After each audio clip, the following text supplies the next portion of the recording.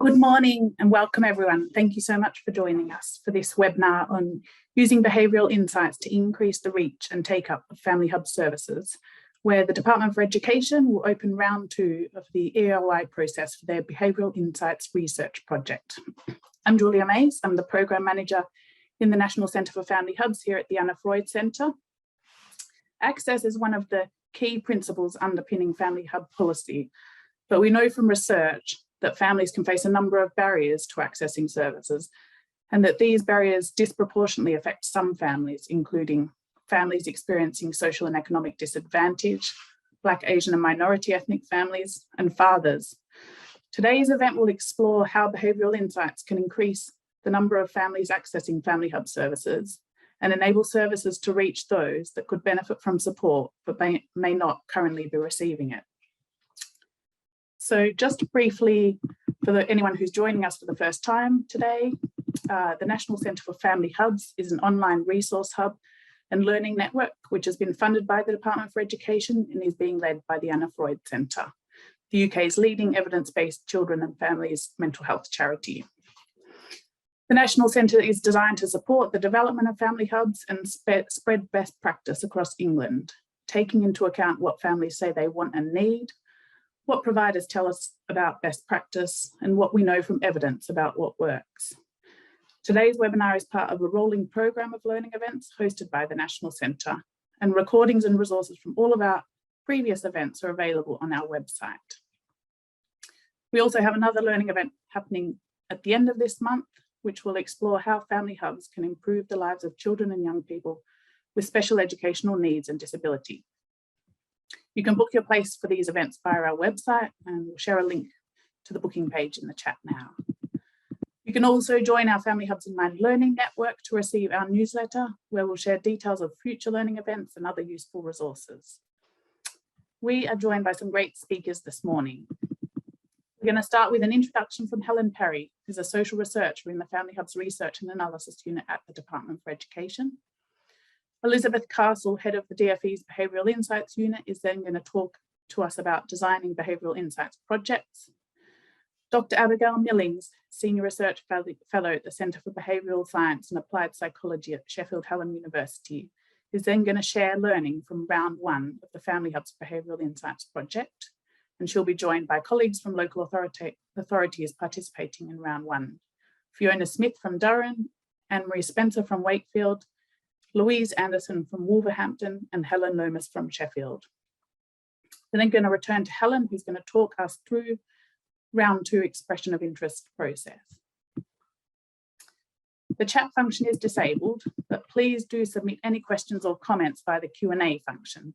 There will be an opportunity to ask questions following the presentations. And anything we don't get to today, we'll collate a list of these and make them available on our website. The session is being recorded, and this will also be available to watch back on our website in the coming weeks. All of the slides will be sent out to delegates after the webinar and shared via our website as well. Closed captions are enabled for this webinar, and if you would like these enabled, please click on the closed captions button at the bottom of the screen. So welcome, Helen. I'm going to hand over to you now. Good morning, everyone. If I just wait for my slides to come up.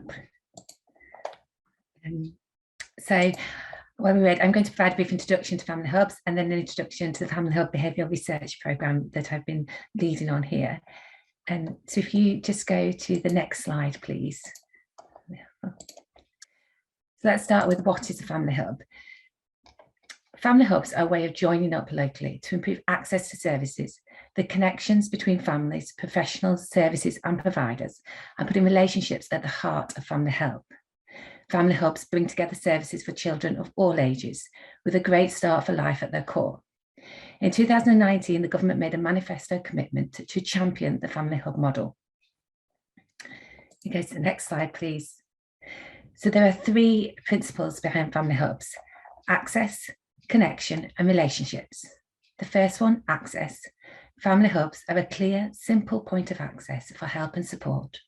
All families need help at times, and the Hub supports families with children of all ages. They are places for parents to go with their children to access help that might otherwise be too hard to find. There is more help for those who need it most. But it's not just about families going to the hub. Health visiting still involves home visits, but the hub approach means joining things up locally. The second principle is connection. The purpose of the hub is connection.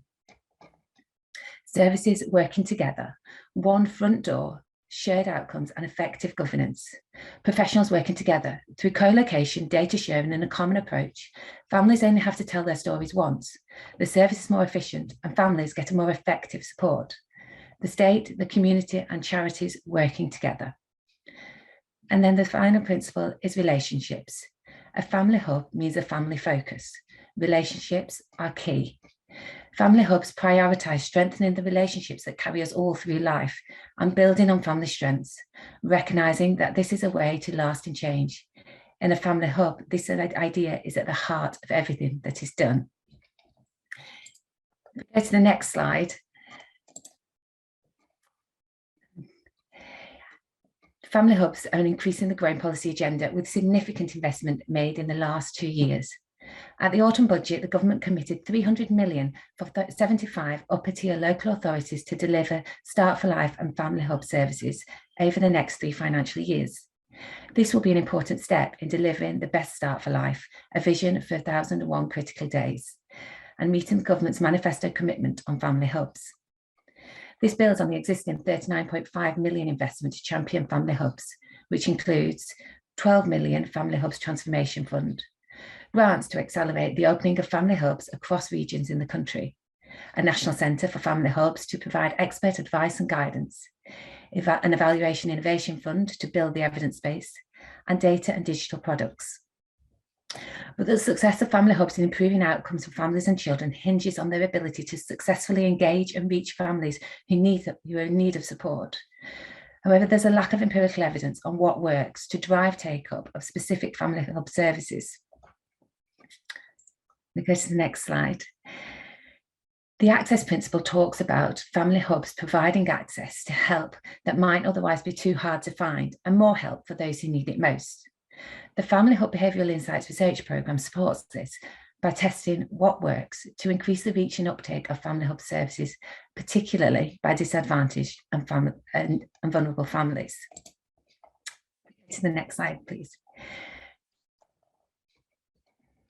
The aim of the research programme is to enable the Department for Education and the local authorities participating in the research to evidence what works to drive uptake of family hub services, particularly by families most in need, with the purpose of sharing this learning with local areas to support them to successfully engage and reach families in their area. It's worth noting that when we talk about enabling the department and local areas to evidence what works and sharing learning, we mean this in 2 contexts. The first is the actual findings, what services and interventions actually show evidence of driving uptake of services by families most in need. But secondly, we also mean how we know this, how we are able to evidence it. And so sharing learning about the approaches and techniques used to evidence what works is also an important part of this research. If we go to the next slide, please, you'll see that there are currently 3 strands to the research programme. Round 1 and round 2 are similar in nature. Round 1 is currently underway. It started in autumn last year and will run until autumn this year. We've commissioned Sheffield Hallam University as the behavioural insight experts, and they're working with 4 local authorities. Sheffield Hallam University and the 4 local authorities are going to share some of the great work that they have been undertaking as part of round 1 shortly. And today we are publishing a report on gov.uk, which talks about designing the research methodologies used in round 1 in detail. And we expect to have the findings from these projects later in the year, in autumn, when we'll publish another report on those findings. Round 2 starts today. From today, we are inviting local authorities and voluntary community sector organisations as well this time to express an interest in participating in round 2 of this research later this year. The last session of the seminar today will focus on the expression of interest process and what you need to do if you wish to apply. And finally, the next step strand of this research programme is about where we want to go next. Once we've started to build the evidence base in round 1 and round 2 of the research, our ambition is to build on our learning from these projects by taking some of the initiatives with evidence of promise found in round 1 and round 2 and undertaking additional testing. If we go to the next slide, when I talk about building the evidence base, the difference between round 1 and round 2 and the potential next steps is perhaps easier to explain and to describe by illustrating where the two fit on the Early Intervention Foundation's 10 steps to evaluation success. For anyone who's not familiar with this diagram, the Early Intervention Foundation break down their evidence standards and link them to 10 steps. The further up the steps you progress, the more robust your evidence is likely to be. Round 1 and round 2 of the research fit largely within the yellow section, although some may be moving into the green. They're focused on those valuable first steps in a journey where ideas are prepared for more rigorous evaluation.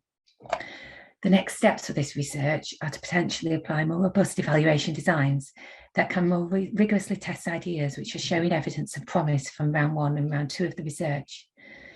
But we don't know how feasible this is until we have those findings from round 1 and round 2. And it may be more appropriate to explore more ideas before we invest in more rigorous evaluation designs. But this is our early thinking of what the programme is going to look like, where it is going.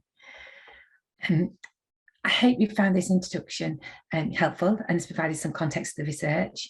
I'm now going to hand over to Elizabeth Castle, Head of Behavioural Insights at the Department for Education, who's going to provide an introduction to Behavioural Insights research. Hi all, hopefully you can see and hear me, and I know some slides will be coming up as we speak. So thank you to everybody for joining today. It's so lovely to see so many people on the call and people being so interested in the work. So my name is Liz Castle and I head up the Behavioural Insights unit here in the Department for Education. And I'm here today to give you a quick 10-minute introduction to Behavioural Insights before we talk specifically about how this type of thinking is being applied in family hubs. So I wanted to start by saying that Behavioural Insights is a term that was first used by the original Behavioural Insights team that was set up in 2010 and sat within the Cabinet Office. So you may have heard them being referred to as the nudge unit. Now, the term Behavioural Insights referred to an approach to policy making that combined insights from economics, psychology, cognitive science and social science more broadly to learn how humans actually make choices and actually make decisions. And so whilst the term Behavioural Insights is relatively new, the academic foundation it's built upon goes back decades. So if we could move on to the next slide. In terms of its history, there are two things that are synonymous with Behavioural Insights. And the first is a theory called dual process theory. The name is fancy, but the concept is actually fairly simple and will likely be familiar to many of you on the call. So the theory proposes that our decisions are driven by two processes or systems. So system 1 is our fast, intuitive, emotional system, knowing how to tie your shoelaces or without having to think about it, or ducking out of somebody's way when you're walking down a street are examples of system 1 decision making. System 2, on the other hand, is our slow, conscious and effortful system. Trying to park a car in a tight space or filling out a tax return form for the first times are examples where you're absolutely going to have to use your system 2 to make those decisions and to behave in those ways. Now, the reason this is a really interesting theory is not only because I think for a lot of people it intuitively makes sense, but also Daniel Kahneman, who wrote the book Thinking Fast and Slow and talks a lot about this theory, argues that the majority of our decisions and the majority of our behaviour is driven by system 1, so this fast, intuitive and an emotional system. And what he argues and why this has become such a used theory and approach within policy is that if we are designing systems that require people to use their system 2, so they require people to be slow and conscious and effortful, we may be like building systems and building processes and approaches that ultimately are likely to fail or to at least be sort of inefficient and ineffective because we've not fully appreciated the fact that lots of our decisions are made using this other system. So if we could move on to the next slide. The second thing that's synonymous with Behavioural Insights is nudge. And again, this is something that I think a lot of people think about and have heard about when they're thinking about Behavioural Insights. So nudge is the concept that you can make seemingly small changes, but these can have disproportionately large impacts on the things that you care about. And in particular, it's that you can change people's behaviour and you can influence people's choices without removing the choices that they have available to them. For example, if you want people to stop smoking, you could nudge them to quit rather than banning the sale of cigarettes. So one of the most famous examples of nudge is within the field of organ donation, and this is what the graph on the slide is showing. So this is a very outdated data now. This paper was published in the early 2000s, but essentially what it shows is that different countries take different approaches to organ donation. So in some countries, you have a system which is an opt-in system. So in these systems, you have to say, yes, I would like to be an organ donor. So you have to actively sign up. So you are opting in to being an organ donor. Now, in a whole bunch of other countries, so these are the ones in the yellow bars on the right-hand side, they run what is called an opt-out system, where you're assumed to be an organ donor unless you actively say, I don't want to be, and you opt out of being an organ donor. Now, the argument here is that none of these countries have eliminated choice. Both countries have the same choice. You are making a decision about whether you want to be an organ donor or not. But understanding that people tend to stick with the status quo, you can see that those who have an opt-in system have much lower proportions of their population on the organ donation register compared to those who have an opt-out system. So whilst thinking fast and slow and nudges are well rooted in the history of behavioural insights, as the interest in behaviour and understanding why people make decisions grew, so did the tools and approaches that behavioural scientists started to use within policy making. And this leads me on to the next slide, please. Which is, as the title says, provides an example of how behavioural insights are so much more than the sort of thinking fast and slow and nudge, which is the things that people often know about. And in particular, before we try to actually change people's behaviour, it's often helpful to understand why people behave the way that they do. And a helpful framework for answering these questions is the Combi Framework. And it identifies 3 factors that need to be present for behaviour to occur. So a person needs to be capable, and needs to have the opportunity, and needs to have the motivation for that behaviour to happen. Something that's always stuck with me about this framework when it was introduced to me many years ago was that the way to think about, the way to sort of remember this is that if you are trying to convict someone of a crime, you need to show that they were capable of committing that crime, that they had the opportunity to commit that crime, and that they were motivated to commit that crime. And if you can prove those 3 things, you can prove that they're guilty. Now, obviously, I've made this framework sound very simple. You know, there are these 3 things that determine our behaviour. But if we move on to the next slide, what we can see is actually this framework has been built on a huge amount of academic literature and a huge amount of academic understanding, and is really comprehensive in the way that it thinks about it. So looking at even just one level down from the simple framework, we can see that the concept of somebody being capable breaks down into 2 areas. So somebody has to be psychologically capable, which means that they have to have the knowledge, the psychological skills, they need to have the mental processes to be able to engage in that behaviour. And they also need to be physically capable. So they have to have the physical skills and the physical strength to be able to do what they're being asked to do. If we move on to the next slide, we see that motivation also breaks down into two areas. So we see reflective motivation and automatic motivation, which are actually very similar to the idea of system 1 and system 2. So your reflective motivation being those active thought processes, the attitudes, the beliefs, like what is good and bad, like why should you do this behavior or not? Whereas automatic motivation is those much less conscious thought processes, the things that you don't necessarily think about, but they are driving your behavior. And then on the next slide, we see opportunity. Similarly, breaks down into 2 further areas. So social opportunity, which is to do with the opportunities in the social environments, the social cues you get, what is the cultural norm, what is socially acceptable, and also physical opportunities, so the opportunities that are afforded by the environment, so the time that you have to engage in that behaviour, the resources that you need to do it, or the things that are simply physically there that you're able to access. So moving on to the next slide, I thought I'd give a sort of a fun example of how this could be thought about and put into practice, and show you the sorts of things that might fall under these categories. So I actually used to work for Public Health England, and we used to do a full day masterclass on behavioural insights with public health professionals, both in the Public Health England's central teams, but also in local authorities as well. And to get people thinking about this framework, we used to ask the question, why do you buy what you buy in the supermarket? And we used to get people to brainstorm all the things that cause them to buy the items that they buy when they do their food shop. And then we used to map them to the framework to show how the framework can capture and categorise different drivers of behaviour. So to give a few examples of things that came out. So under psychological capability, one of the subcategories under this is about planning. And so the person who said, I made a list and I bought the items on that list is using their psychological capability to plan and then execute that behaviour.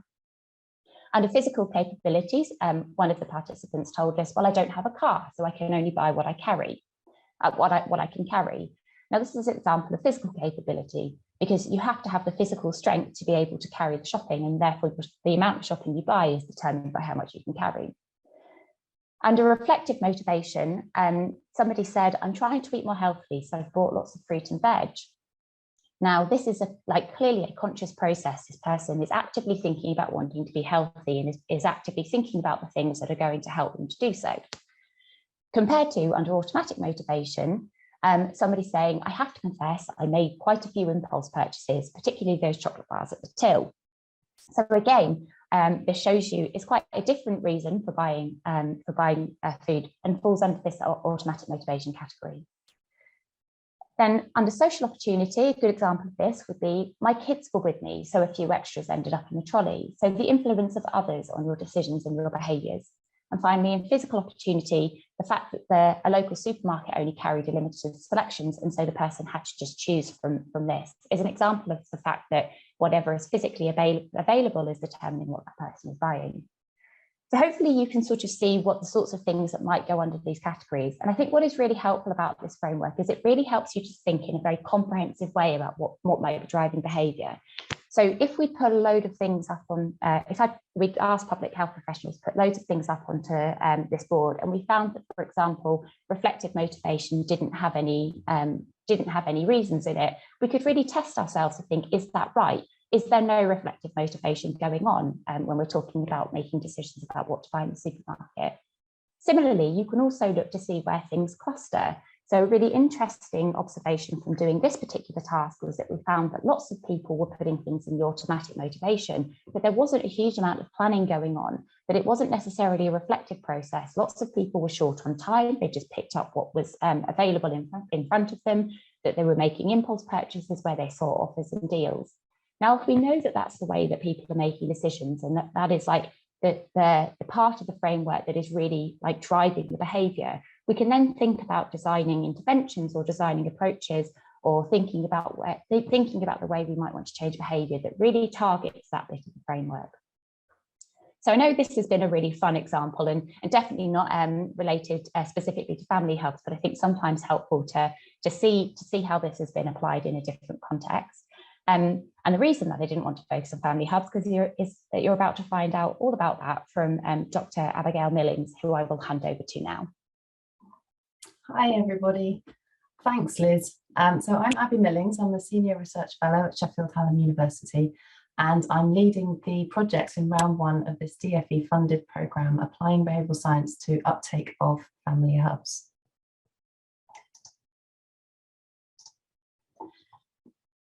So in this talk, I'm going to tell you a bit about how we apply behavioural science and then talk through the 4 projects that we've been conducting with the local authorities of Sheffield, Wakefield, Wolverhampton and Durham.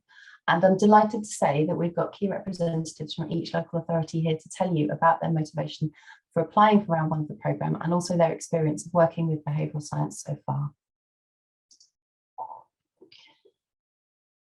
So you've already heard about the Combi model from Liz, so I'm not going to repeat what it is, but I will tell you a bit about how we use it. In all of our behavioural insights work, a really important task is to identify the barriers and the facilitators of the given target behaviour. And when I say target behaviour, what I mean is the thing that you're actually trying to change. So barriers and facilitators are the things that either help or hinder a person to engage with a desired behaviour. And that behaviour might be making an appointment, it might be accepting a referral, attending a session, or attempting to put into practice a new strategy that maybe they've learned as part of a session once they're back in the home environment. So each of these things would represent a separate behaviour.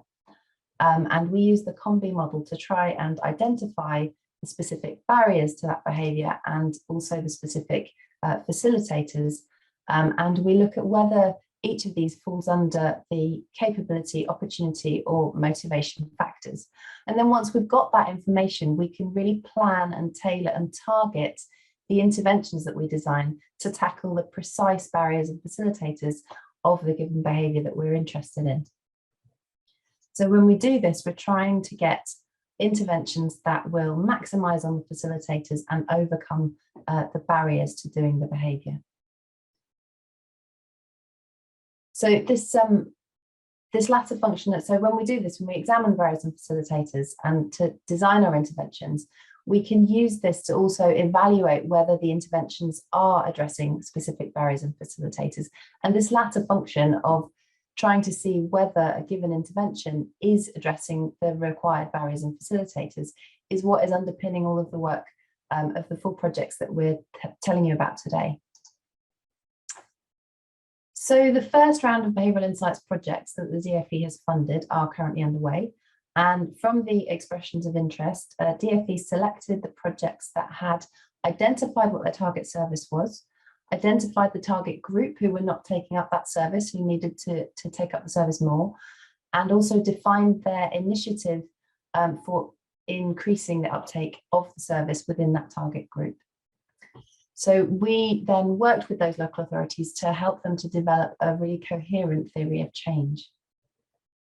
And from there, we used the theory of change to work up a logic model and co-design the specific research protocols with each local authority that we are now implementing. And this was very much a collaborative process over 2 quite lengthy sessions where we thrashed out what was achievable and how to meet the aims of evaluating whether the initiative was working as intended. So the protocols that we came up with are mostly mixed methods research design. So they use both qualitative and quantitative approaches, apart from one of them, which is solely qualitative. So we're now going to hear from each of the local authorities about the context of their project and their experiences of applying behavioural science and the theory of change that informs the research protocol. So first, I would like to welcome Helen Loners from Sheffield City Council. Helen is the service manager for family centres. Thanks, Abby. Thanks, everyone. Hello and welcome to the session. Some interesting information shared so far. And, you know, we in Sheffield were really excited to be part of this first round of research. OK, do you want to move on to the first slide, please? Thinking about Sheffield's experience so far, you know, why did we apply in Sheffield? Well, we felt as a city emerging from the last 2 years and wanting at the moment very much to develop family hubs. Alongside the priority for us in Sheffield being our Start for Life offer, we were very much interested in behavioural insights of engaging fathers. We have approximately 2,300 new births a year in Sheffield, and we felt that fathers are an important part of a newborn's journey. We were interested to find out more about how fathers made choices to become involved with services within our current family centres. We also in particular wanted to learn more in practice about how we will work with them in the future to involve them in their child's development. For example, supporting them with that initial bonding and attachment and attunement with their newborn. Our initial questions, which as a service we wanted to explore more, were to look at how we will enhance that initial group that we delivered last year in Sheffield, albeit this was during very difficult times. We feel that that's been quite successful, and we received good feedback from fathers who attended this group. We wanted to explore further how we will enhance the journey for fathers through our family hub development process. we had a cohort of fathers that had become involved last year in our new fathers group. But as a service, again, we wanted to know more about how and why they actually got involved and what were the experiences of engaging the said fathers with their newborns. The challenges we faced to enable this project to develop in particular was knowing how to unpick all the theory behind the behaviour and engagement process and drilling down, so to speak, to actually think what we wanted to learn from the research. We learned that it's not so much about the content of the actual group for us, it was more about how and which way is best for fathers to see information, how do we catch their attention, and how is the best way to communicate with them. We became clearer as we went through the process with Sheffield Hallam how important it will be for us to understand the engagement process and certainly the theory behind this. We found it really helpful to work as a local authority with key people in my service and alongside Sheffield Hallam to develop the process. Apologies, my camera seems to be off, it's now on. We became clear as we went through that process, as I've said, how important it will be to understand the engagement. I would say if you are interested in applying for future programmes, then drill down a little bit about what you actually want to achieve and then explore why and how in your application. Working with Sheffield Hallam to explore the theory of change with colleagues in our local authority has enabled us to identify key points that the project needs to achieve. And our theory of change is, next slide please. So here you can see the theory of change process for us in Sheffield and what we want to focus on. This is accessible services to support new fathers and establish earliest possible engagement to support fathers' mental health. We found that at the moment, new fathers are not accessing services as they are not aware what is out there. The intervention needed is to enhance that engagement from fathers and bring them together from different backgrounds to look at how they can support their parenting journey for themselves and their families, but also how can they support each other, establishing social and emotional support along the way. As I've said already, we have approximately 2,300 new births in Sheffield from different backgrounds, and by bringing together some of these fathers and enabling them to communicate and support each other has already evaluated well so far. But we wanted to know more about how we can engage and achieve better links and achieve a higher participation from fathers engaging in group support. We will come together through this research to achieve this and hopefully achieve that increase in fathers accessing a new fathers group across the city, which will develop and roll out over this next year. We will then in turn create better father wellbeing and involvement of fathers in their children's development, and in turn achieving that better school readiness for children. And I'm going to hand back over to Abby now to talk about the research questions.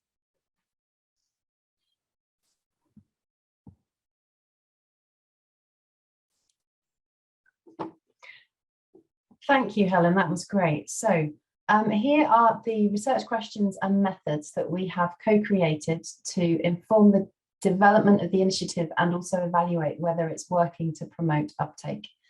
And as a reminder, the initiative here is the social media communications to advertise the new father support groups. And what this is designed to do is to promote the uptake of the groups. So in this project, we had 4 different research questions. 3 of them we are addressing with qualitative methods and 1 we're addressing with quantitative methods.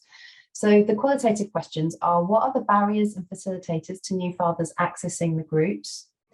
What messaging should be used to promote the groups to new fathers? And is social media an appropriate mechanism for advertising to new fathers? So to address these questions, we've got two methods that we're using. The first is behavioural science workshops with stakeholders. And we've conducted 2 of these workshops so far. And these workshops also included some of the dads that attended the groups as well. So these workshops have enabled us to really start to look at what the barriers and facilitators are, to start to think about designing the messaging. And then what we're going to be doing is interviews, qualitative interviews with new fathers, where we take the messaging that we've developed to them to get some feedback and do a bit more development work there too. So that's the qualitative component. And then the quantitative component of this project is we want to know of the once we've got all the messages developed, we want to know which are actually the most effective in promoting the facilitators and overcoming the barriers to accessing the groups. So we're going to be running an online experiment where we have new fathers looking at our messages, and they will be randomly assigned to viewing one message or another message, and then we will compare the effects that that has on their intentions and willingness to receive more information about the new fathers groups and to have a go at joining them. So yeah, that's what we're doing with the Sheffield initiative. So moving on to the next of our 4 projects, I'd now like to welcome Annmarie Spencer, who is the Service Manager for Strategy and Transformation at Wakefield Council, and she's going to tell us about what we've been doing for Wakefield. Thank you, Abby. Next slide, please. So for Wakefield's project, our focus was very much on communication. We are transitioning currently our 9 children's centres into family hubs. And with that shift in focus to an all-age delivery model, we wanted to better understand what communication worked and how that reached families to enable them to uptake a broader offer of support through our new family hub developments, and to start to work in that area of moving from early help to real prevention through a raft of intervention programmes. So the theory of change really helped us to kind of clarify our thinking around our approach for communication with schools, to look at the best opportunities as to what did work and which schools that worked with and why. So our process of within the communication strategy is for schools to promote on their websites the offer of family hubs, what they provide, and our new team around the school delivery model that was launched in January 2021. We're looking for schools to include in their new information packs for parents details of support and access to family hubs, whether that's from children starting school, from nursery to full-time education, from infants to juniors, or from primary to secondary, for schools to own early help and to use different communication approaches through their websites, their literature to parents, their social media campaigns, to really support us in that journey to destigmatising early help and the support available. So as our challenge, through this programme and looking at how the programme will be evaluated is with all work with schools at this challenging time, is their capacity to work with us on this programme and to engage with parents that are really going to help us to better understand the impact of the work and what has worked well, and areas that we might need to further strengthen around that, the areas that we're going to test. So for you, if you're considering applying for funding, I would say it's a really good opportunity to evaluate new areas of work.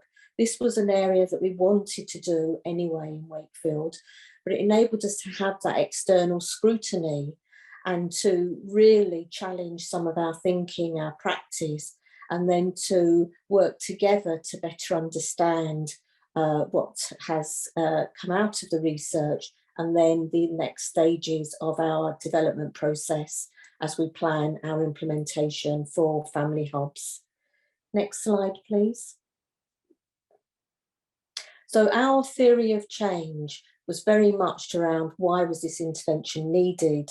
And for us, we are working through a team around the school model, which is a school-led early help programme, working with our family hub practitioners, our Future in Mind mental health practitioners, school nursing, educational colleagues, to identify concerns in families and to work in the schools to put a programme of support in place. And like anything with that type of change programme, the links to family hubs is key, and that access and take-up of the services in family hubs through this change of communication and linking up our partnership work is the areas that we wanted to test. As part of that process, it would be really then helpful for us to understand the type of programmes families are accessing. Where's the demand in the system? Where's the need in the system? Now, we can identify that from data, but what we're looking at is then, so what does that take up look like? Are we really reaching the families that we're targeting as part of that work? So this communication strategy, when we start to look at what does that intervention look like, you know, we have a model. We're working with 4 schools. 2 of them are primary, 2 are secondary. In addition to that, we have got another couple of schools that want to test this model. There will be a comparison school of those that we're not working intensively with, so that we can really test what works as part of this process, and to look at in more detail for schools, how has this helped them in the work that they're doing and supporting their children, because this is a model that we do want to replicate to all 140 schools across the Wakefield district. So raising this awareness through the school system will help us to destigmatise asking for help and support at that earliest opportunity. And that's really the key of what we are looking to achieve through being part of the behavioural science project and starting to look at that motivation in families of them. At what point are they asking for help, and are we reaching them sooner in the system? So why is that intervention important to us? I think it's not only important to Wakefield Council, but to our partner organisations and how we work together within our partnership to start to look at how we all communicate with families, and if we can join up some of our messaging and processes. Families ultimately will be the test case of telling us through this programme what works. And that's really our motivation for being part of this development, and how that then impacts on our Family Hub programme offer and delivery. Thank you for your time. I'll hand back to Abby, that will give you a little bit more information on the model. Many thanks, Annmarie. That was really informative. So here are the research questions and methods that we've co-designed to evaluate whether the initiative is working to promote uptake. So here, just as a reminder, the actual initiative is a communication strategy that's being implemented in schools. And the thing that it's supposed to promote the uptake of is 2 different forms of support. So one is team around the school support, and the other is interventions run actually at the family hubs. So for this project, we have 6 research questions. We've got 4 which are qualitative and 2 which are quantitative. For the qualitative ones, we want to know, does the new communication strategy increase parents' awareness about family hub services? Does it reduce a sense of stigma about family hub services? And does it promote parents' motivation regarding family hub services? And then we also want to know, from the school's perspective, the staff that are involved in implementing the new communication strategy, how are they finding that? How are they managing that? Is it burdensome? Is it all right? You know, what's the school staff perspective on the on the strategy. So we're addressing this set of questions with qualitative interviews, both with parents and with the school staff who are rolling out the strategy. And these interviews, as Annmarie said, we've got the schools where the strategy is being rolled out, and then some comparison schools, and we're actually interviewing parents from both of those groups so that we'd be able to compare. The quantitative element of the study is actually looking at uptake data, so the routinely collected uptake data specifically for self-referrals to team around the school support, and also uptake of family hubs interventions. And we've got a defined list of which interventions we're looking at. And what we want to know here is simply, is the communication strategy working to increase the numbers of referrals and uptake in those two things. And again, we'll be comparing an area where the strategy is being implemented against an area where it's not being implemented. Okay, so next we're going to tell you about the project that we're doing in Wolverhampton. And so I would now like to welcome Louise Anderson, who's Head of Strengthening Families, to tell us all about it. Good morning, everybody. So my name's Louise Anderson, as you've just been told, and I'm Head of Strengthening Families, which is our early intervention, children in need, child protection, etc. in Wolverhampton. So our experience of applying to be part of the behavioural science research project has been really, really positive. And why we got involved, really, we already have 8 what we call strengthening family hubs across our city. We're really excited about the government's focus on family hubs, and we wanted to learn more about how we could engage more families earlier and improve access to our offer, really, out of those family hubs. And we're interested in doing that as a whole partnership. We were excited by the paper around 1001 days and the early years offer, and we're just conscious that we absolutely wanted to increase uptake across the city. We particularly wanted better engagement from families of a ethnic minority background. Wolverhampton is a diverse city. It has high levels of deprivation, and our hypothesis really was that people from minority ethnic backgrounds were not accessing support early, and therefore may have been appearing in our statutory services at a higher proportion than those who are being supported earlier. So the process of developing a theory of change for us was really good, because it helped us focus on something measurable, and it really helped us decide on an approach that we could test in one of those family hubs that we could then scale up across the city. The challenge initially was we had so many ideas. Our vision is big for strengthening family hubs, so being able to think about what exactly we could do that was focused and measurable was a really good process for us. And the team really challenged us to be more specific about what we could achieve within the time frame. The timescales are tight, and we needed to be able to mobilise quickly. Next slide, please. So this was our theory of change model. So we started off with the position that families of non-white British heritage, especially those with English as a second language, were not accessing the help provided by family hubs, particularly around early engagement. So we were concerned about diagnosis of things like SEND, and this might be happening later for these families. We were conscious that not having English as a first language within some of those families may have meant that it was more difficult to diagnose early difficulties around speech and language, etc. So we really wanted to focus on that community.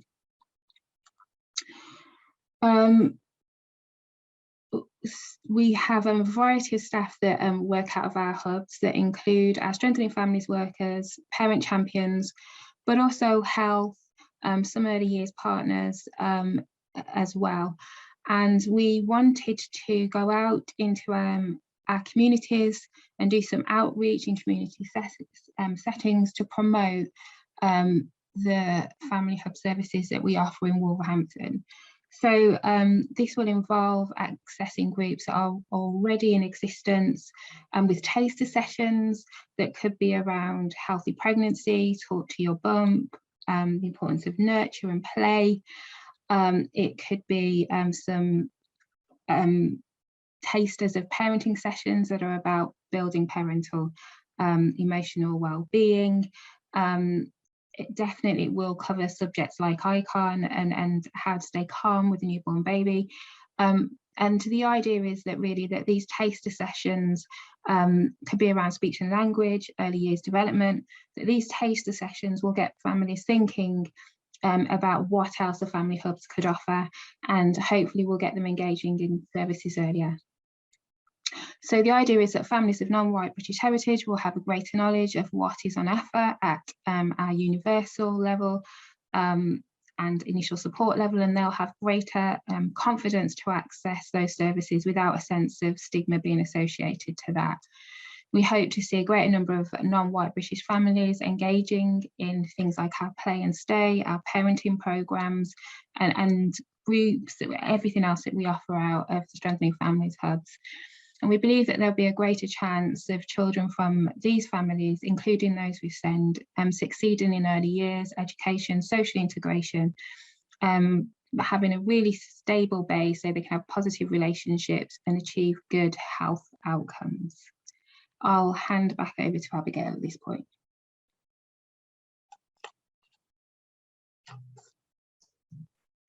Thank you. Thanks, Louise. So here are the research questions and methods that we've co-created to evaluate whether the initiative is working to promote uptake. And in this project, just to be completely clear, the initiative that we're evaluating is the community outreach taster sessions that Louise talked about. And we are hoping that they are going to promote uptake of stay and play and parenting program sessions in the family hubs. So the specific research questions for this project, we have 4 different questions. 3 of them are qualitative and 1 is quantitative. So the qualitative questions, we want to know what the experience of minority families with English as a second language, what their experience of the outreach activities is. We want to know about their barriers and facilitators for attending and engaging with family hub services. And we want to know whether the outreach activities are actually doing what we hope that they will, which is to promote motivation and reduce that sense of stigma around family hub services. And to address all 3 of these questions, we are doing focus groups with parents who have experienced some of those taster sessions.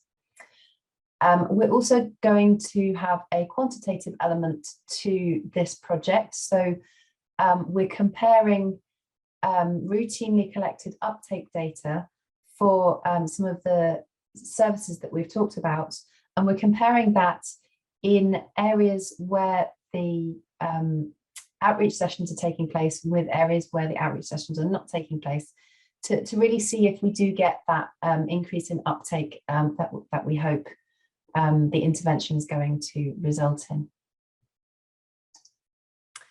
Okay, so moving on to our last project, which is with Durham County Council, I'd like to welcome Fiona Smith, who is the One Point Operations Manager, to talk us through the Durham experience. Thank you, Abby. My name is Fiona Smith and I'm an Operations Manager for the One Point Service in County Durham, which is the local authority's early help service. I also have the lead on reducing parental conflict and supporting families agenda. So why Durham applied for the scheme? We had already embarked on a really ambitious plan to improve the way in which we engage dads, male carers and father figures in all family support work. And we acknowledge that this requires whole-scale, systemic and cultural change. The catalyst to this research was from the lack of dad and male carer feedback that we had received from a Reducing Parental Conflict Community Engagement Commission. With the significance of both engaging dads and male carers in that of the Reducing Parental Conflict programme, and both fitting with the scope of the DFE's research and the development of family hubs. We also felt that if our expression of interest was successful, would also help the credibility of what we're trying to do when we're trying to take our learning out into partners. It's been particularly useful to be supported by the behavioural science team in developing the theory of change, as this was really helped to keep us focused around the area of research that is both manageable, but where learning can be scaled up and applied much more broadly. The main challenge was what to focus the research on. In Durham, we had started to develop a DADS project plan, which, to be expected, very quickly became multifaceted. It has us thinking of service design, marketing, workforce development, recruitment of male workers, and socially constructed stereotypes, to name but a few elements. And we really needed the support to identify a starting point to get us off the blocks. I would encourage any local authority to consider applying for future research. It is hard to pin down exactly what you do want to look at, especially when you want to cover everything, but it's well worth doing for the insights you get out of the research. The process we found in Durham in submitting the expressions of interest was very straightforward. It wasn't time consuming, and the communication from DFE and researchers from the point of submission has been excellent. We are having a very positive experience and being very practically guided every step of the way. So next slide, please, and I'll share our theory of change.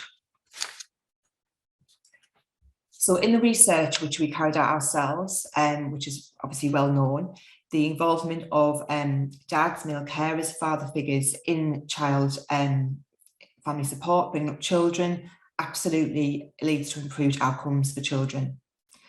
We asked a range of family centre managers within Durham and practitioners about how they felt engagement was in relation to parenting programmes, particularly from our family centres. And within our authority, we always carry out an early help assessment. And we were really confident and really pleased that, you know, a really high percentage of assessments that we carried out actually did involve both mums and dads in that. What we were less confident with was that ongoing family support work. So how much meaningful engagement was there of dads and male carers in the ongoing family support work within the parenting programmes? And we found that in reality, it was about 15%. So it was always mums and the children who were engaging with more throughout the family support work. We knew that we lacked kind of any specific parenting programmes or marketing information to engage dads and male carers. So we thought that from working with the research team, we could look at about the comms and marketing, about how we make our leaflets, our marketing, our promotion of parenting programmes more dad friendly, to really try and engage dads in the family support work of their children. So we need to do this by removing any barriers to which dads may feel of us why they currently can't attend or won't attend. Inevitably, this will lead to an improvement in engagement of dads and male carers in family support work, particularly parenting programmes, which we decided to focus our attentions on parenting programmes for children who are aged between 11 and 16. Our research had told us that we carried out about the importance of dads and their influence in managing emotional regulation of teenagers, in which in Durham we have a high proportion of that age bracket being referred into for family support work for early help. So that was kind of our focus. And by increasing the uptake of dads involved in their own family support work, we want to ensure that we have longer term outcomes for the children and their families. So I'll hand back over to Abby now to go through our research questions. Thank you.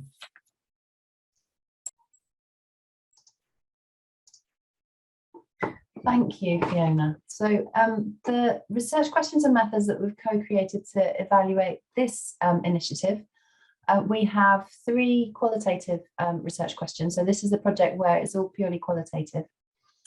And here, just as a reminder, so the initiative is having more father inclusive advertising for parenting support, specifically designed to promote uptake by fathers of young people aged 11 to 16. So it's particularly that age group that this project targets. So our research questions were, what are the barriers and facilitators to fathers, and within this we're including father figures as well, of children aged 11 to 16 engaging in parenting programs if or when needed? What messaging should be used in communication strategies to promote parenting programs to fathers of children aged 11 to 16? and which messages are most effective in promoting the facilitators and overcoming the barriers for that particular group. So the methodology here, as I said, is purely qualitative. We've started out with behavioural science workshops with stakeholders, but also with some Durham dads to really start to explore the barriers in facilitators and what the messaging could and should look like. And then we're going to be moving into a qualitative interview phase. And here we're doing something quite exciting in terms of methodology. We're using a community explorer model. And this is because we know that dads of young people this age are particularly hard to engage. We suspect that they won't want to speak to us as a research team. So we are going to be recruiting dads of young people of that age to actually be the researchers. So we're going to be training up about 10 Durham dads to go out and then conduct interviews with other dads that they know. So we're utilising the networks of community explorer researchers to get the data for this project.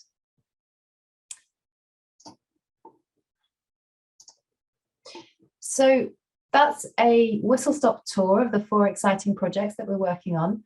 We're very much looking forward to collecting data and beginning to answer our research questions. Just to summarise, I thought it might be useful to draw together some of the key points from the different local authority experiences and perspectives of working with us so far, as these might be helpful for anyone considering applying in the next round. So firstly, the process of doing behavioural insights work can inform planning and implementation beyond the research itself. So on the one hand, that's the whole point. If we answer the research questions, then that's going to tell you about what you need to do as a service. But on the other hand, actually going through the process of designing the research can feed into that as well and make you think about service implementation and delivery in a fresh light. And that in itself can be insightful. So there's benefits from the process as well as from the results. Secondly, finding the focus for the research can really take time. It's normal to start off thinking that you've got a straightforward issue that you want to research. But then as you start to try and pin it down, it actually ends up getting bigger and more diffuse. So focusing is not a fast process. Thirdly, it's really helpful to think about the specific behaviour that you want to change and why. And the more reductionist you can be here, the better. And this is because a really clearly defined, tighter project is going to be of much higher quality than a broader project that's trying to do too much. And I think a good tip here would be to, for any prospective applicants, is to have another look at the research questions specified for the current 4 projects. And they are all set out in the report that's been published on the DFE web pages.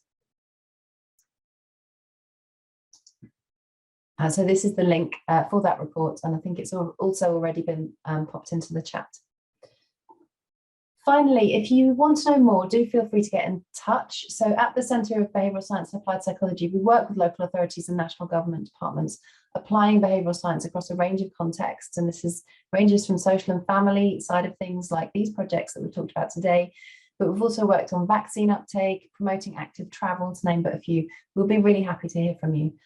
So that's all from me for today. Thanks again to the representatives from our 4 projects, Helen Loners, Annmarie Spencer, Louise Anderson and Fiona Smith. I'm now going to hand back to Helen Parry from DFE, who's going to talk about the application process for the next round of projects. Thank you, Abby. And to the 4 LAs for sharing the great work that you've been doing so far. I really look forward to hearing more about the findings and being able to talk to them more with everybody towards the end of the year. And so that's what round 1 looks like so far. And we're now looking for additional projects to include in the second round of this research later this year. So I'm going to spend about the next 5 minutes talking about the expression of interest process for the second round, including the eligibility criteria, the scope of the research, and then another 5 minutes describing the EOI form. And then at the end, we should have some time for some questions. So if you want to pop any questions in the Q&A, we should have 10-15 minutes at the end to pick those up. So if we go on to the next slide, please, which is about eligibility. So if you, who is eligible to apply? So if you your answer is yes to these 5 questions, then you're likely to be a good candidate for this research. So firstly, are you a local authority or voluntary community sector organisation in England? Are you planning an initiative to increase uptake of family hub services by disadvantaged groups? Is this initiative due to begin before the 31st of March 2023? Are you willing, to work with our behavioural insights supplier? And are you willing for the learning from your project to be shared with other areas? If we go on to the next slide, it might also be helpful for us to clarify what we mean by some of the terms we are using, so you can assess whether your project fits within the scope of this research. So how are we defining family hub services? At the start of the seminar, I provided a description of what family hubs are. However, we appreciate that many local authorities are on a transformation journey and still developing their family hub models. So for round 2 of this research, we will accept expressions of interest from VCS organisations or local authorities who are delivering services through a family hub or a children's centre model. Next, how are we defining disadvantaged families or vulnerable families or families in need? So we are not going to provide a specific definition. Instead, local areas should identify and define who disadvantaged families are in their area based on the needs of the local population. But you will, however, need a clear definition of who it is you are targeting with your project to increase uptake of services. For example, we heard fathers or father figures of children and young people aged 11 to 16, and that's a very specific definition. And then how are we defining engagement or uptake?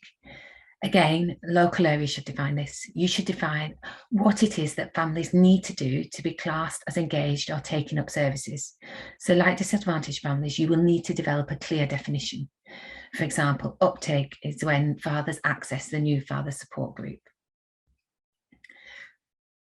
Because of these differences in definitions, the initiatives local authorities or voluntary and community organisations are running are therefore likely to be varied as they target families in their area who are most in need.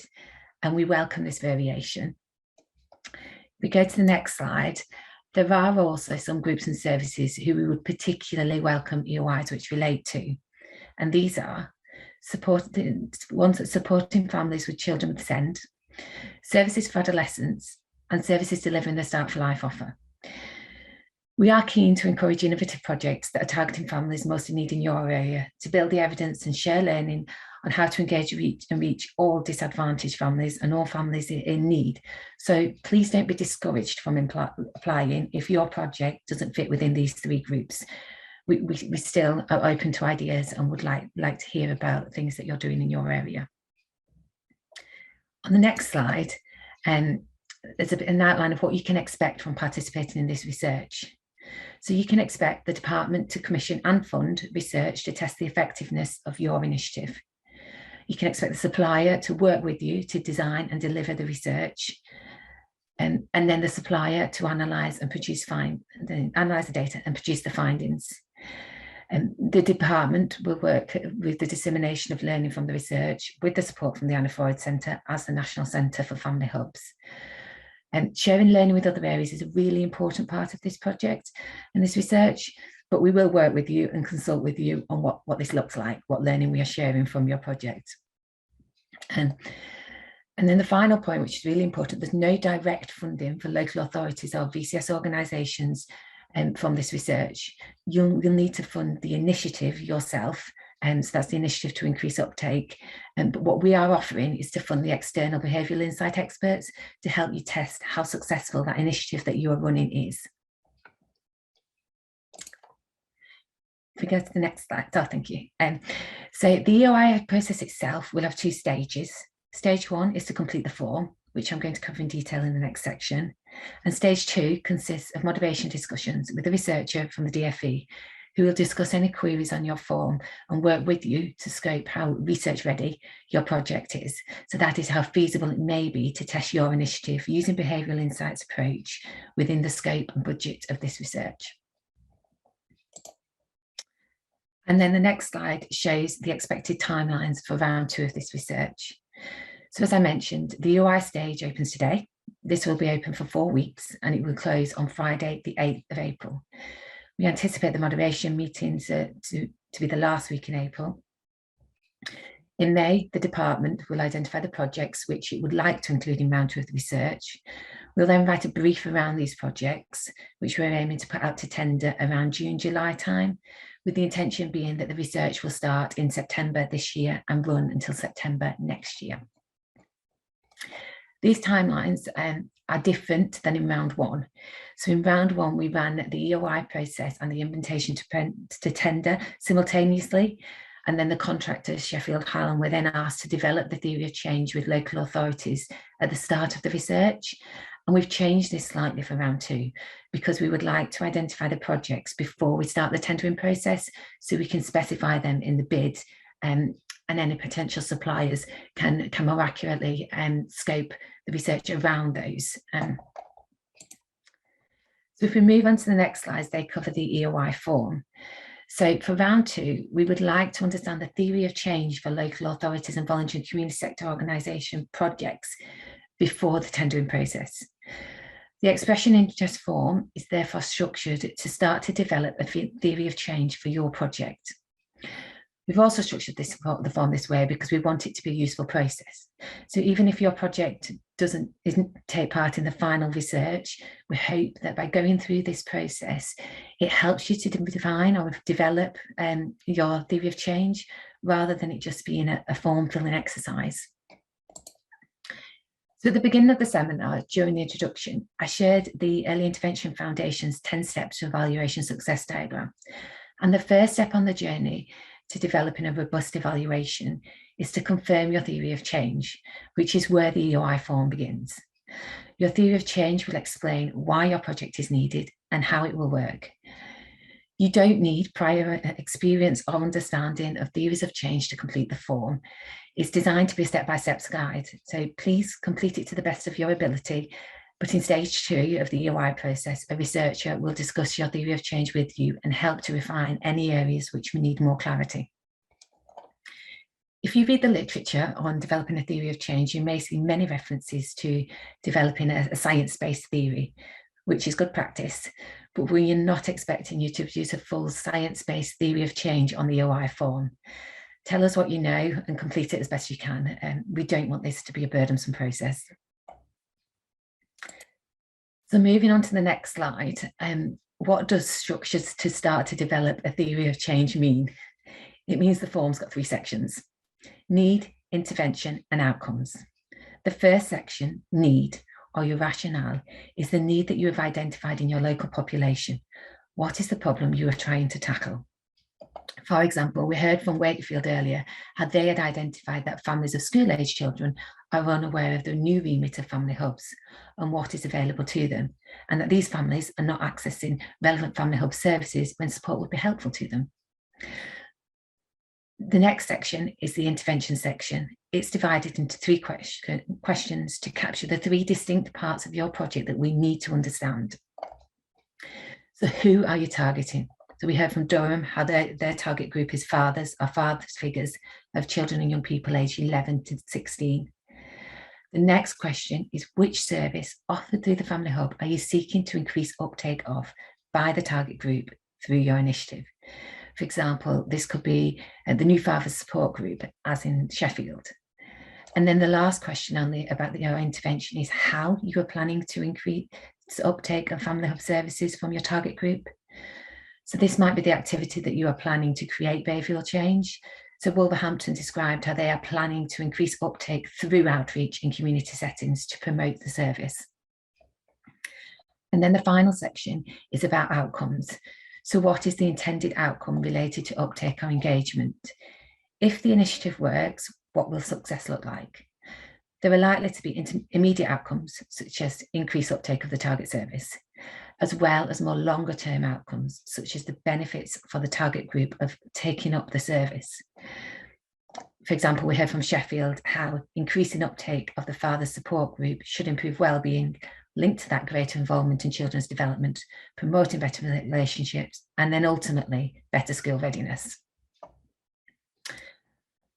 So we encourage you to be as precise as possible and emphasise that the projects in round 1 of the research have a very specific focus, which lend themselves well to research testing behavioural change. On the next slide, to help consolidate your thinking, we are also asking for a project summary, which is a simple breakdown of the theory of change in less than 30 words for each section.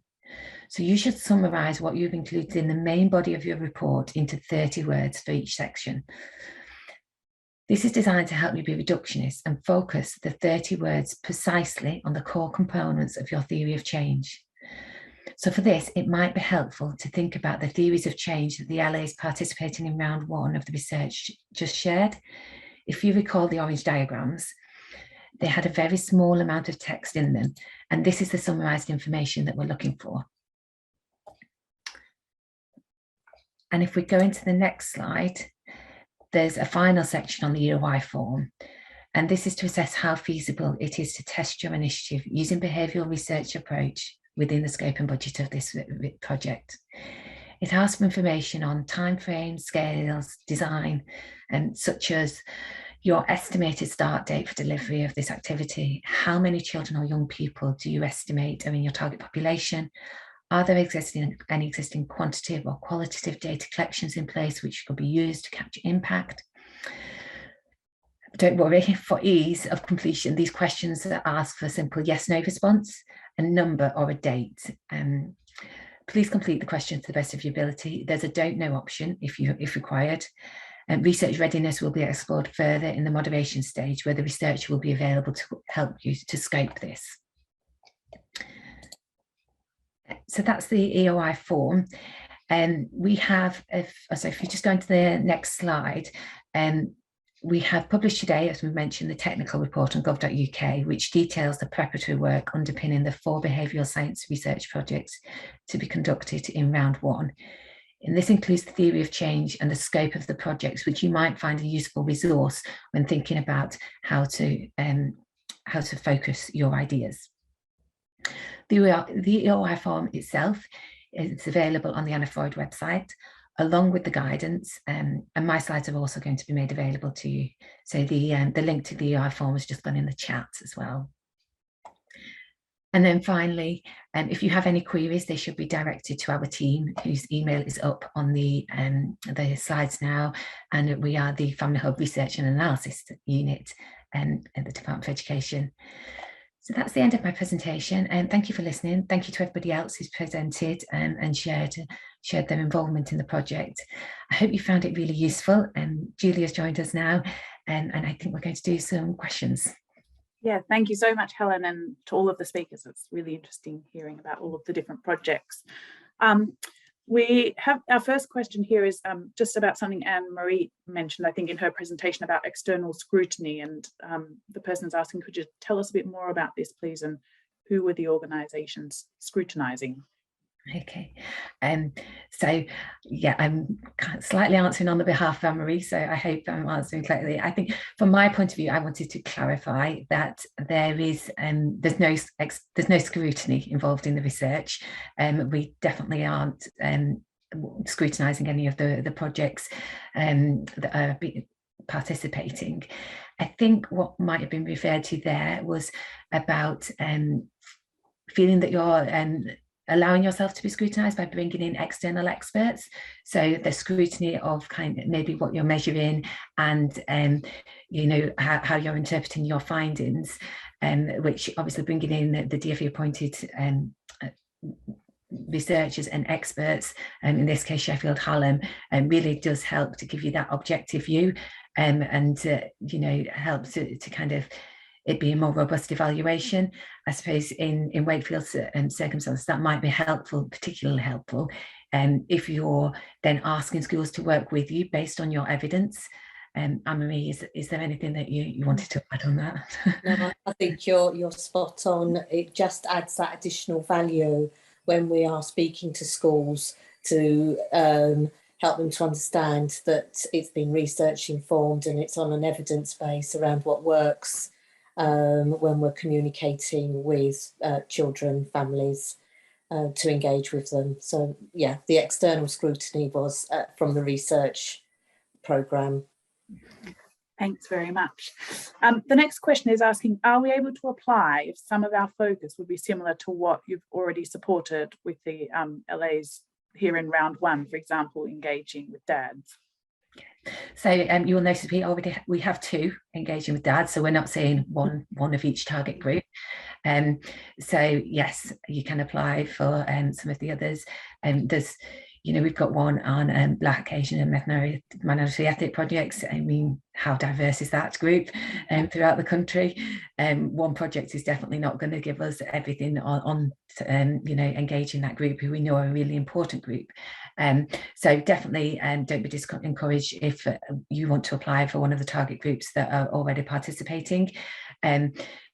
It's not just the target group, it's your idea about how you're going to get them. And then it's also which service you're going to get them in. So there's a room for quite a lot of variation there. So it might be that you are you're targeting the same group, but you might be targeting them to get them into some completely different type of service.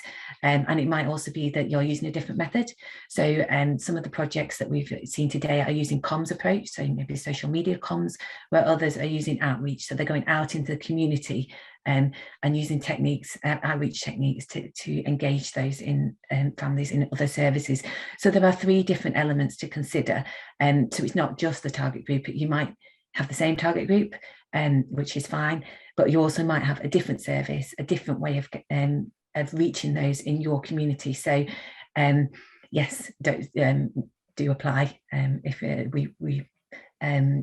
we are looking for a variety, but the variety takes different forms, especially in different parts of the country. That's great. Thank you very much. Someone has also asked, can you apply for round two if your local authority has already been involved in round one? Yes. Local, and also similarly to this, local authorities can submit more than one application. The caveat is, it can't be the same thing. So if you are submitting, if you're involved and you want to submit another one, it should be for something different. And similarly, if you're a local authority who want to submit two applications, then you should they should be on different things and quite different programs. If they're similar, you should link them into the same form. Okay, thank you. Someone else has asked, do you have to be in receipt of Family Hub funding in order to submit an EOI? No. So there are variations through the country, and that will continue as different fundings come down. So we are, for this research, we are taking expressions of interest from Family Hub or Family Hub type models. So you might be on a children's centre model at the moment. It's a transformation journey, I think, for everybody. So yes, we will. Yeah. No, sorry, the answer is no, you don't need the funding. Thank you very much. And what about district councils? Are they invited to apply? So it's upper tier and the 141 upper tier. So I might have to clarify exactly if that includes the kind of district councils. So in the guide, it does go into some details. So it's the upper tier local authorities that we are looking to apply. Related to that, though, you could be a combined authority, or not even under the strictest definition of combined. It could be multiple local authorities can join together and submit an expression of interest if it's something that crosses local authority boundaries. Oh, that's really helpful. That was the next question was about that, whether people could apply with two or more local authorities together. So I'll just add to that on the form, you should name all the local authorities, although you only need one key contact, but you will need, the last section of the form is a signed declaration. So if you are naming multiple local authorities, you will need to do multiple declarations, one for each local authority that you are saying will be involved. Great, thanks. And then someone's just asked about how much does this cost? There's no actual cost figure, I would say. So are they talking about the research that we are commissioning? And I said we put the final budget on it when we know which projects it is, and that will be DFE funded from the, so we will fund that external researcher to come in. So from that sense, there's no cost to the applicant, but there is an expectation on the applicant. So they will need to fund their own initiatives. So whatever your initiative is that you're planning to increase take up, that cost for that will be on the applicant. And then I suppose there's a kind of in-kind cost, because we're expecting a kind of partnership approach. So we want to work collaboratively. So there will be an expectation that the local authority work with the supplier, and that will involve some time. So you will need to review first and help the supplier to understand your project. So that will take some time. You will need to help them to kind of scope what research methodology is possible in the resources that you have as a local authority, or you know, some of the things that they might put. So the contractor might do interviews, but they might ask you about, so how are we going to recruit people from this this target group? So there might be a recruitment process for you to kind of help to get participants into the research. And I'm just, is there any, so it's a time cost, I'd say, and then the actual cost of whatever the initiative is that you want to run. But in terms of the research expertise, and that will be funded by the DFE. Thank you. And you can see we're coming up to 11:30 now. So just want to say thank you everyone for taking the time to join us this morning, and thank you to all of our speakers and to our training team who are here ensuring everything's run smoothly this morning. You will receive a copy of the slides as well as a follow-up survey by email after this event. We really welcome your feedback about what's helpful and how we can improve these events. And if you are interested in participating in the Behavioural Insights project, please do head over to our website to access the EOI form and guidance. We've just popped those in the chat again for you there. And just a reminder that you can book onto our next learning event via our website as well. So how family hubs can improve the lives of children and young people with special educational needs and disability, which is happening on the 29th of March. And do sign up to our Family Hubs in Mind Learning Network to receive our newsletter, where we'll share details of future events. Thank you, and see you again soon. Have a lovely rest of the day.